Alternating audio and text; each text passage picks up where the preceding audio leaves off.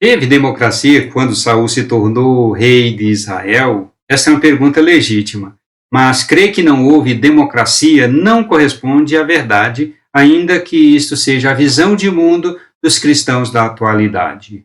Eu peço seu apoio para se inscrever no canal, compartilhar, comentar e deixar o seu like aí embaixo do vídeo.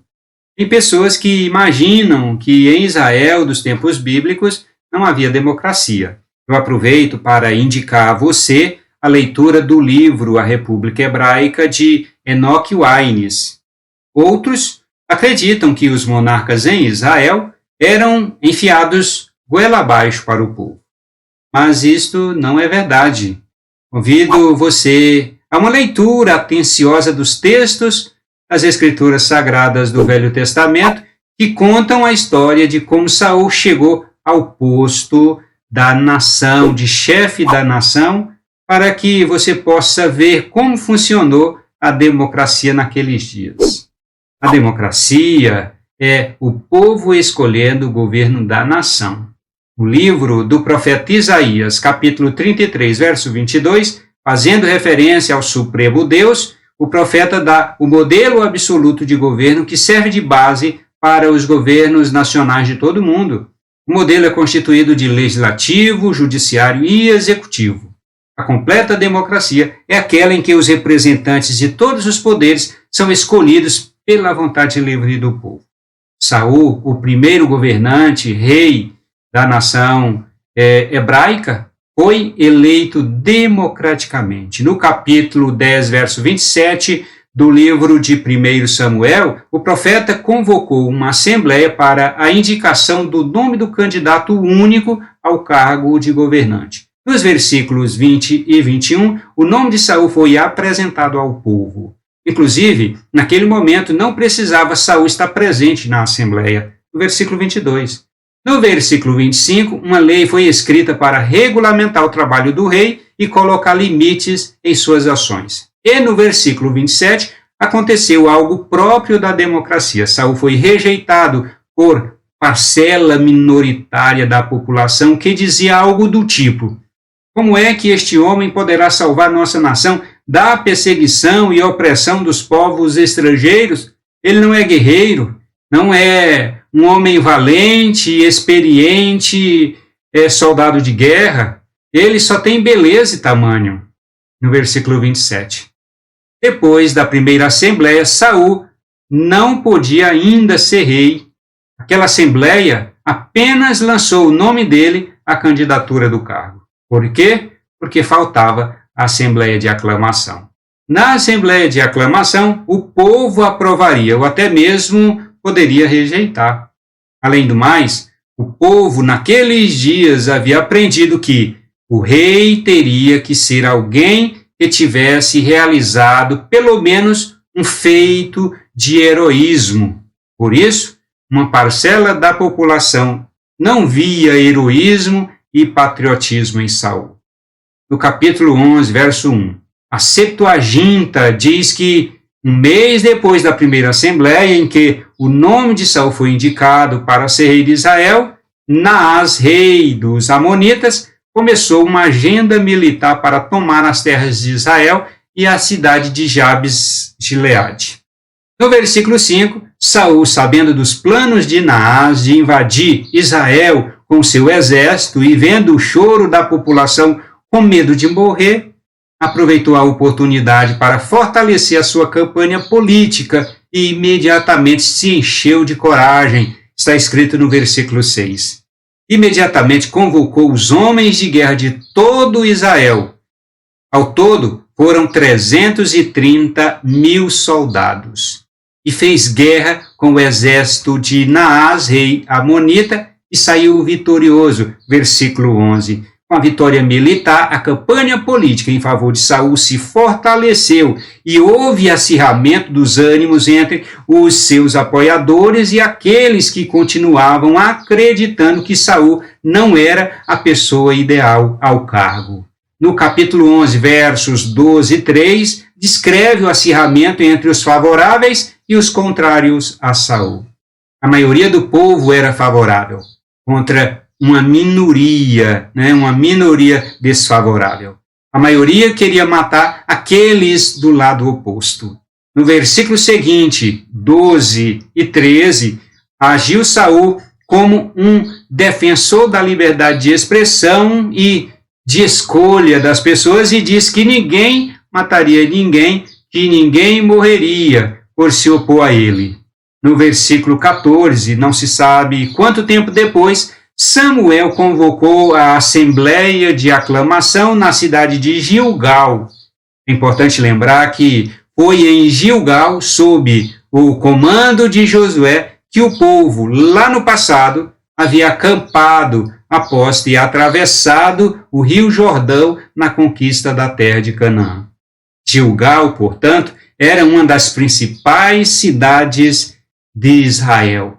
No versículo 15, ocorreu a assembleia de aclamação e Saul foi aclamado rei, o primeiro rei de Israel. O versículo diz: e todo o povo partiu para Gilgal, onde proclamaram Saul seu rei diante do Senhor, a cuja presença trouxeram ofertas pacíficas, e Saul muito se alegrou ali com todos os homens de Israel. 1 Samuel capítulo 11, verso 15. A entrega de presentes era a forma de reconhecimento da vitória. Saul foi indicado ao posto de rei na cidade de Mispa e foi aclamado rei na cidade de Gilgal.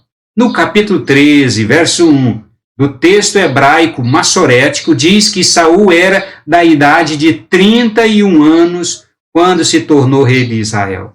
Um comentário da Bíblia de Genebra sobre o assunto é interessante. Lá diz: a ascensão de uma pessoa a cargo de liderança em Israel naquele tempo se dividia em um processo de 3 passos. Primeiro, Deus indicava o nome da pessoa.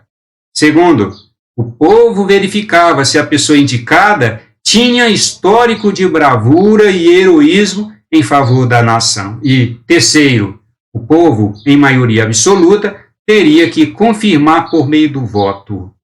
Ao término de todo o processo eleitoral, as palavras de Samuel demonstram cansaço, diz o texto. Então Samuel disse a todo o Israel: eis que atendi ao que vocês me pediram e constituí um rei sobre vocês. E agora, eis que vocês têm o rei que irá diante de vocês. Eu já sou velho e tenho os cabelos brancos e os meus filhos estão com vocês.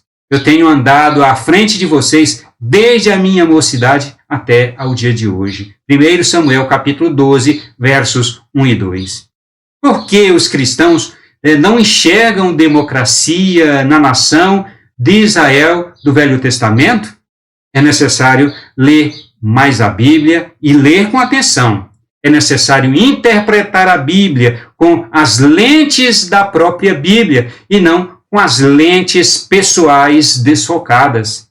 Algumas aplicações práticas. A primeira aplicação: Deus não instituiu de forma autocrática Saul, rei de Israel. Deus o indicou, está registrado no livro de 1 Samuel, no capítulo 9. Deus o separou para o exercício específico e exclusivo do cargo, está registrado no capítulo 10, verso 1. Deus o capacitou com coragem e força, no capítulo 11, versos 6 e 7. A segunda aplicação: o plano de Deus sempre foi instituir líderes para governar e administrar a nação do seu povo. Isso também acontece com todas as nações do mundo, conforme ensina o apóstolo Paulo na carta aos Romanos, no capítulo 13, versos de 1 a 7. A terceira aplicação: quando o povo de Israel, naquela ocasião, pediu um rei, a nação, lá no passado, já havia tido líderes que governaram e administraram as tribos, as quais eram repúblicas de Israel.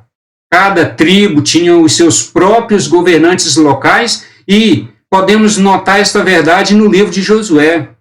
E também o país já tinha tido líderes que governaram a nação de forma temporária e não de maneira exclusiva, conforme lemos em todo o livro de Juízes. E a quarta aplicação: Deus não reprovou a atitude do seu povo de querer um rei. O que então Deus reprovou? Reprovou a atitude do povo de querer um rei em detrimento de Deus, o Supremo Senhor da nação. Reprovou o desejo do povo de querer um rei nos moldes dos governos totalitários das nações estrangeiras. Por isso, Deus mandou o profeta Samuel avisar ao povo que, mesmo sob a supervisão de Deus, o rei iria oprimir o povo em alguma medida. Deus reprovou também o desejo do povo de querer um rei que agisse e tomasse as decisões à parte dele, sem a interferência de Deus. Mas, sendo Deus misericordioso, rico em compaixão, se antecipou e, na assembleia de indicação do nome de Saul, mandou Samuel escrever tudo o que o rei podia e não podia fazer. 1 Samuel, capítulo 10, verso 25. Eu peço a sua ajuda para compartilhar este vídeo e a gente se encontra na próxima gravação.